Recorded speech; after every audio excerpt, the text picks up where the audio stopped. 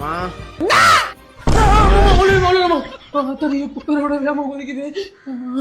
தம்பி என்னடா கடைக்கு ஒரு முட்டை வாங்கிட்டு வா.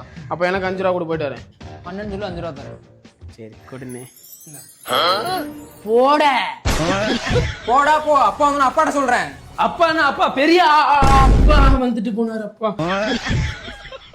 முட்டை இது ஒரு முட்டை குராம்பி.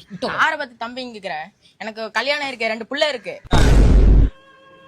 2 பிள்ளையா? அப்ப நீ மொட்டை இல்லடா, நான் தான்டா மொட்டை. இந்தப்பா இது நான் கிழிச்சனா?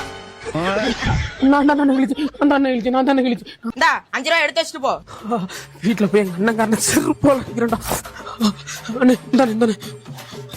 நன்றி. ஒரே ஒரு முட்டை எங்க அண்ணன் ஒரு பொட்டை நான் வாங்கிட்டு போலாம். நான் திட்டேன் ஆட்டுக்குட்டி. ஆமா, போன வருஷம் என்னன்னா முட்டையை வச்சு ஆம்லேட் போட்டு எக்ஸ்பெரிமெண்ட் பண்ணி காட்டினாங்க போன சம்மருக்கு. இந்த சம்மருக்கு என்னன்னா முட்டையை வச்சு எப்படி குஞ்சு பொரிக்கிறதுன்னு கற்றுக் கொடுக்குறாங்க.